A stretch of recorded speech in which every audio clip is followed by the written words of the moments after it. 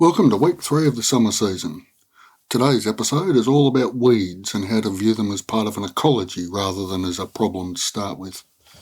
It was very popular online and I hope you enjoy hearing it again. Decarbonise the air, recarbonise the soil. There are a couple of posts this week on the gentle topic of weeds, links in the show notes, and they got me to thinking about my own journey to my current understanding of the little feckers and how they don't bother me anymore. So let's go on a journey. My first ever garden as a child was a small 1 metre square attempt at growing wheat from my Irish neighbour's chook feed. Without knowing it, this was the first time I would reenact the Neolithic. Making stone tools at university many years later as part of my degree in archaeology was another, but that's an entirely different podcast episode. With the wheat garden, I barely got my seed back. Grain growing was when I and the Neolithic bumped up against weeds. Those first farmers and I created a space for food and the weeds dropped by. I assumed the weed seeds were just there, even though there was no evidence of these weeds in the grass that had been growing there before my wheat experiment. I followed the usual path and hand-pulled weeds for years without thought. It was just what had to be done. It is still considered the only way by many. I recently observed for 3 months the workings of a certified organic farm. Beef, dairy, pigs and horticulture. The livestock seem to be managed in a rational way, rotational grazing, if not regenerative grazing, but rotational nonetheless, and the animals all glowed with health. The horticultural aspect was another story altogether, and it fits in with our theme of the episode, weeds. This is what I observed. Black plastic sheeting across the ground for 2 weeks, presumably to kill off any growing weeds by denying them sunlight. The heat generated by the sun on the black plastic would then solarise them and any seeds near the surface. The garden bed, 80 odd metres by 1.5, was turned with a mouldboard plough. Compost was added as top dressing and the bed left for 2 days, then rotivated, then shaped into furrows for Jerusalem artichokes and or potatoes, or into flat beds for seedlings with a soil shaper. So the soil was worked 3 times. For some crops, another layer of black plastic was laid on the soil and planted through. For the tubers and some seedlings, it was left uncovered.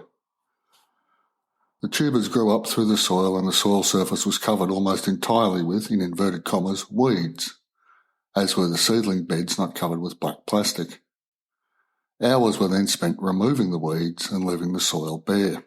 We'll leave aside the CO2 release with each turning of the soil. The black plastic and the solarisation of the upper levels of the soil means death for any soil biota in that region, including, I assume, weed seeds. Turning the soil to place this solarised soil under simply brought any deeper seeds to the surface. A cycle of continuing efforts and frustrations. Remember, all this is on a certified organic farm. So the techniques, the plastic, the ploughing and the weeding are all part of a system that grants a status to the farm that the farm is doing the right thing for the planet. It took me a couple of days to work out what was going on from a philosophical standpoint. This was the John Seymour way of organic farming, with horses replaced with diesel, and there was an awful lot of diesel used. Again, this farm had been certified for decades and was therefore under a certification worked out long before the CO2 impacts of farming. Even this sort of farming were understood. The point is that organic doesn't mean natural, it means lack of chemicals, and that's not the same thing. There are other ways, back to my personal journey, which I hope will help others. Somewhere in my reading, Fukuoka or Mollison, I came across the concept of agricultural ecology. To be fair, we had covered biological succession in early high school science, and that combined with the agricultural ecology started to make sense. Indeed, these 2 ideas and the deeper understanding of evolution that studying archaeology had instilled brought me to a different view of weeds. The standard definition of a weed is a plant in the wrong place. Wrong place for whom? Clearly not for the weed. So why is the weed there? What is its function? Not from a farmer's point of view, but from nature's. There were 2 weeds, in inverted commas again, that I've had trouble with, blackberry and Scotch thistle. Blackberry had overrun an orchard I took over. Blackberry is a problem across most of eastern Australia below the tropics. In the tropics you can substitute the word lantana, for blackberry, and the same story will hold true. What does the blackberry plant do in the ecosystem of a paddock? It grows rapidly, spreads across land like wildfire, and if we look closely, holds the soil still, forms a matrix of support. Beneath the soil, it stores nutrients in thickened roots, saving them from being washed away in rainfall events. I was coming to the realisation that blackberries were a natural defence against overgrazing. Where the ground cover was insufficient to hold the soil, blackberries appeared as if by magic, and mostly kept stock off the overgrazed soil as well. Given the predominantly shallow soils of Australia, this is something that occurs quite regularly. What to do? The chemical approach is to spray with glyphosate. This has the effect of killing some percentage of the blackberry, but does not repair the underlying problem of its insufficient soil coverage. Therefore, the conditions for the return of the blackberries are sown in their chemical destruction. A nice little earner if you sell glyphosate. The plants will also sprout from the roots as they have a nutrient store down there for just such an emergency. I wasn't keen to douse anything in glyphosate, but what to do? I saw the problem thusly. Blackberry arose where there was insufficient ground cover, either living or, I hoped, as mulch. Blackberry would regrow at every opportunity until its root reserves were depleted. So, could regular, say once a week, slashing of the above ground part of the plant create a mulch to cover the soil and deplete the underground stores at the same time? As it turned out, yes. In one long hot summer, behind a domestic lawnmower and a pair of secateurs, I cleared 3/4 of an acre of blackberry and restored a thick sward beneath the orchard. Results may vary by location, but the point I'm making is this.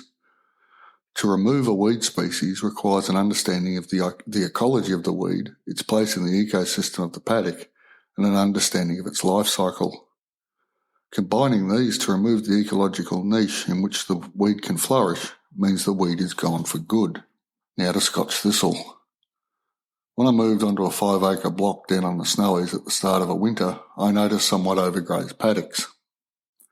That spring, thistles erupted out of the ground. I chipped them like a madman. They grew back and flowered at ground level. That didn't work. The next spring the soil was better covered, but the thistles took off. Chipping hadn't worked. Back to the ecological thoughts. What do thistles do? They sent down deep taproots to draw nutrients from the subsoil. They form rosettes and cover the ground to protect it. The next step was to think about the life cycle of the thistle.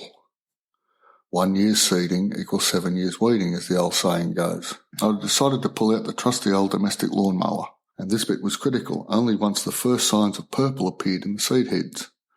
My reasoning was this. The plant could not produce new seed heads once the first ones moved into seed maturation. Cutting them before the seeds matured meant they wouldn't be viable, so I waited, telling sceptical neighbours I had a plan. They didn't seem convinced. I hit the thistles as soon as I saw the first purple in the seed heads. Some of them were 7 foot high, so I knew I had reasonable soil under them. Long story short, it worked, and the thistles never returned. The sward thickened up, the sheep kept it lush as they rotated about, and all was right in heaven and on earth. Well, on that little patch of the planet I was responsible for anyway. So what am I trying to say? Weeds arise only when the ecological niche they'll fill is created by the hands of humans or nature. Most of the weeds in the vegetable gardens on the organic farm mentioned above are pioneer plants. When the glaciers retreated at the end of the Pleistocene and we entered the Holocene some 10,000-ish years ago, bare ground was the gift of the retreating glaciers. Nature abhors bare soil, so these pioneer plants come in on the wind or with birds or bats or other animals, and their droppings. If we look at these species, they seem to have a few things in common. Usually they have a rosette at ground level, a deep taproot, and huge numbers of quickly dispersing seeds. By turning the soil year in and year out, we continually prepare the conditions for these species to proliferate. In the same way acacias burst forth after a bushfire to trap nutrients and grab nitrogen from the air, as they are legumes, so the post-glacial pioneer species save the soil from being washed away. Clue then is to plant into a situation where these conditions do not exist. There is a link in the show notes to a post from 2007 showing how no-till worked on a 9-year trial basis, and that's 10, 11 years ago. It is doable on a broadacre scale. At the market garden level, what I've found works is mulch on raised beds. Not just any mulch will work, but anything except plastic will. Plastic has no place on our farmland. Food grade might have a place in the milking parlour or the dairy, but never on the soil. Who knows or has even looked at what leaches out of the stuff into the food system? The key to good mulch for me is to incorporate animal waste. That is, manures and urine in straw or spoiled hay. The reason I favour this mulch over straight straw or compost even is food plants and animals evolved together long before we humans decided we could grow our own. By recombining the animal with the plant, I more closely approach the natural systems I'm trying to emulate. In the same way Joel Salatin, link in the show notes, follows his herbivores, cattle, with his pastured poultry to mimic the birds picking over and distributing the manures of the bison herds, we need to constantly look for ways to mimic nature. For the good of our land, for the good of our crops, and by a happy coincidence to make our lives easier. Shoveling animal bedding onto a recently harvested vegetable garden bed is a whole lot easier than weeding a ground level by hand, or even with a long-handled tool. It is the height of hubris to think in 10,000 years we could do better than 4 billion odd years of evolution. That is, if we think about biomimicry as a solution at all. So let's look to the natural world when we confront a problem.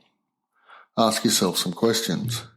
Is this thing, whatever it is, really a problem? Is nature putting in a stopgap measure to save my soils? What can I do to assist with the formation of niches that suit my crops and not the weeds?